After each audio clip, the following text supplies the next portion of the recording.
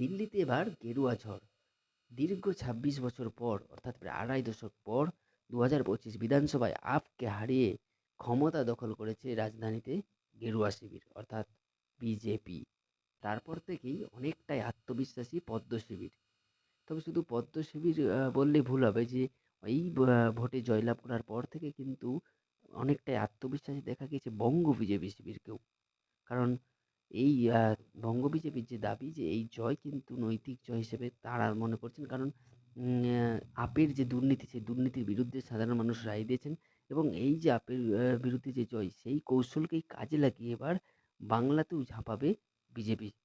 दिल्ली का जीत हमारी है, 26 में बंगाल की बारी है, नहीं तो दिल्ली का जीत, दिल्ली का जीत, दिल्ली का जीत 26 में बंगाल की बारी है। তার কারণ বিজেপির দিল্লি দখলের পর এবার বাংলা দখলের হুঙ্কার শোনা গেল খোদ বিজেপি নেতা ধর্মেন্দ্র প্রধানের গলায়। তিনি জানিয়েছেন যে আগামী ২৬-এর যে লোকসভা বিধানসভা ভোট রয়েছে সেই বিধানসভা ভোটেই এই যে আপকে হারানোর যে কৌশল অর্থাৎ দিল্লি দখলের যে কৌশল সেই কৌশলেই বঙ্গ বিজেপিও বাজিমাত করতে চলেছে। ঠিক কী কৌশলে হারিয়েছে আপকে এই বিজেপি? সেই কৌশলগুলির মধ্যে অন্যতম প্রধান কারণ হলো কিন্তু যেটা সবথেকে কমন ফ্যাক্টর বলা যেতে পারে যে দানের রাজনীতি। অর্থাৎ কেজরিওয়াল কিন্তু প্রথম থেকেই দিল্লিতে নানা রকম দানের প্রতিশ্রুতি দিয়েছিলেন ভোটের আগে।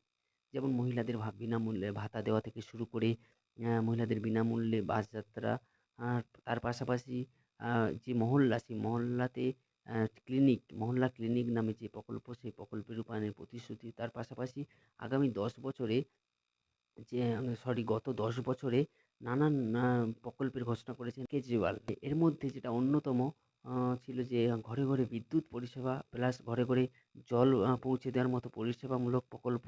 সেই সমস্ত প্রকল্প কিন্তু ঠিকভাবে বা বাস্তবে রূপায়িত করতে পারেননি আপ সরকার। আর যে কারণেই তাদেরকে কিন্তু পথের কাঁটা হয়েছে এই সমস্ত প্রকল্পগুলি। আর তার ফলাফল একেবারে দিল্লি থেকে মানুষ বিতাড়িত করেছে তাদের। बिजली का बिल किस किस का आया है? कई लोगों का जीरो आया है, जिनका जीरो नहीं भी आया उनकी जानकारी के लिए बता दूं, सबसे सस्ती बिजली पूरे देश में दिल्ली में है। 200 यूनिट फ्री है और 400 यूनिट के 800 रुपए आते हैं। मोहल्ला क्लिनिक कौन कौन जाता है? कैसे हैं मोहल्ला क्लिनिक? अच्छे हैं? डॉक्टर अच्छा इलाज करता है? फ्री दवाइयां मिलती हैं? फ्री टेस्ट होते हैं? पैसे तो नहीं लगते? मैंने आपके बच्चों के लिए शानदार स्कूल बनवाए हैं, बहुत मेहनत करी है। बच्चों को अच्छा पढ़ाओ, फिर इनका मैं कॉलेज में एडमिशन करा दूंगा। गलत बटन मत दबा देना, नहीं तो फ्री बस यात्रा भी बंद हो जाएगी। তবে এই সমস্ত কৌশলকেই কাজে লাগাতে চলেছে বঙ্গ বিজেপি। বঙ্গ বিজেপির নেতারাও কিন্তু ইতিমধ্যেই তাদের গলায় যে সুর শোনা যাচ্ছে যে দানের রাজনীতি, অর্থাৎ তারাও কিন্তু ইতিমধ্যে বলতে শুরু করছে শুভেন্দু অধিকারী থেকে সুকান্ত মজুমদার যে এই সমস্ত কৌশল অর্থাৎ যে সমস্ত কৌশলে মমতা বন্দ্যোপাধ্যায় হেঁটেছেন, যে লক্ষ্মীর ভাণ্ডার থেকে শুরু করে একাধিক দানের যে প্রকল্প, আবাস যোজনামূলক প্রকল্প, সেই সমস্ত প্রকল্পকেই দ্বিগুণভাবে দেখাতে চলেছে বিজেপি সরকার অর্থাৎ শুভেন্দু অধিকারী থেকে সুকান্ত মজুমদার। তাদের দাবি তারা যদি ক্ষমতায় আসে এই যে লক্ষ্মীর ভাণ্ডার যেটা বর্তমানে ১,৫০০ টাকা করে দিচ্ছেন মুখ্যমন্ত্রী মমতা বন্দ্যোপাধ্যায়, পরবর্তীকালে সেই টাকা কিন্তু একেবারে দ্বিগুণ করে দিতে চলেছে বিজেপি। বিজেপি দ্বিগুণ করে দেওয়ার দাবি বিজেপির তরফ থেকে বলা হচ্ছে। তাদের দাবি শুভেন্দু অধিকারী সরাসরি বলছেন যে এই যে লক্ষ্মীর ভাণ্ডার তারা ক্ষমতায় এলে সেটি ৩,০০০ টাকা করে দেওয়া হবে বলে জানাচ্ছেন তিনি। তার পাশাপাশি যে আবাস যোজনার যে টাকা যেটা বর্তমানে মুখ্যমন্ত্রী মমতা বন্দ্যোপাধ্যায়ের ফান্ড থেকে যেটা দেওয়া হচ্ছে ১,২০,০০০ টাকা, সেটা কিন্তু বিজেপি ক্ষমতায় এলে দেওয়া হবে ৩,০০,০০০ টাকা করে। তার দাবি শুভেন্দু অধিকারীর যে দাবি যে ১,২০,০০০ টাকায় একটা পাকা বাড়ি বানানো সম্ভব নয়। সেই কারণে এই টাকা একেবারে দ্বিগুণ করে দেওয়া হবে। অর্থাৎ দ্বিগুণেরও প্রায় কিছু অংশ বেশি করে দেওয়া হবে। চিন্তা করবেন না, ১,০০০ টাকার ভাতা এবারের বাজেটে ৫০০ টাকা বাড়বে, এখন থেকে বলে গেলাম। ১,৫০০ হবে, আমরা এলেই ৩,০০০ দেব। ১,২০,০০০-তে বাড়ি হয় না, যা পেয়েছেন নিয়ে নেন, ওই টাকায় বাড়ি হয় না, সবাই জানে। যারা 1,20,000 পেয়েছেন, আমরা আসলেই 3 মাসের মধ্যে আরো 1,80,000 টাকা দেব।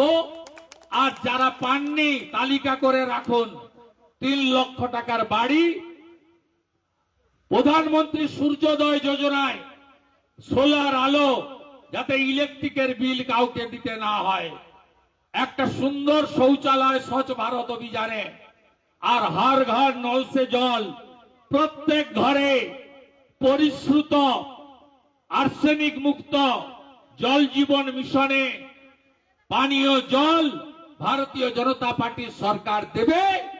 আর এদের মতো ফাঁকা কথা দিয়ে চুরি করে চাকরি হবে না।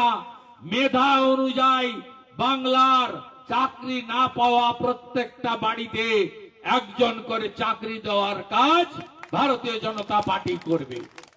তবে দিল্লি থেকে আপ বিতাড়িত হওয়ার পেছনে আরও যে মূল কারণটি রয়েছে সেটি হলো ইমেজ। কারণ দিল্লির মানুষ যে সাদামাটা লোকটিকে তারা মুখ্যমন্ত্রীর আসনে বসিয়েছিলেন, অর্থাৎ ঠান্ডা পড়লে যাকে মাফলার জড়াতে দেখা যায়, যাকে একবারে ফর্মাল ড্রেসে ঘোরাফেরা করতে দেখা যায়, সেই সাদামাটা লোকটিকে যখন দিল্লির মুখ্যমন্ত্রীর পদে বসিয়েছিলেন ভরসা করে দিল্লির মানুষ, কিন্তু তারপর যখন তার নামের পেছনে একাধিক দুর্নীতিমূলক কাজকর্ম জড়িয়ে যায়, আবগারি দুর্নীতি থেকে শুরু করে, এবং তার নেতারাও একাধিক নেতা কিন্তু বিভিন্ন রকম দুর্নীতিমূলক কাজে গ্রেপ্তার হয়ে জেলে গেছেন। ফলে এই সমস্ত দুর্নীতিমূলক যখন কাজ জনসমক্ষে চলে আসে, তারপর থেকে কিন্তু মনের জায়গা থেকে সরে যায় কেজরিওয়াল, তার পাশাপাশি আপ নেতৃত্বরাও।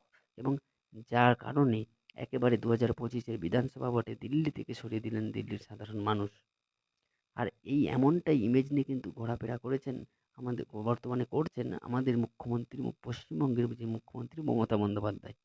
কারণ তারও যে ইমেজ, অর্থাৎ সাদা শাড়ি, পায়ে চটি, এই যে সাধারণ একটা সাদামাটা ইমেজ, সেই ইমেজের পেছনেও কিন্তু বর্তমানে জড়িয়ে গেছে একাধিক দুর্নীতি।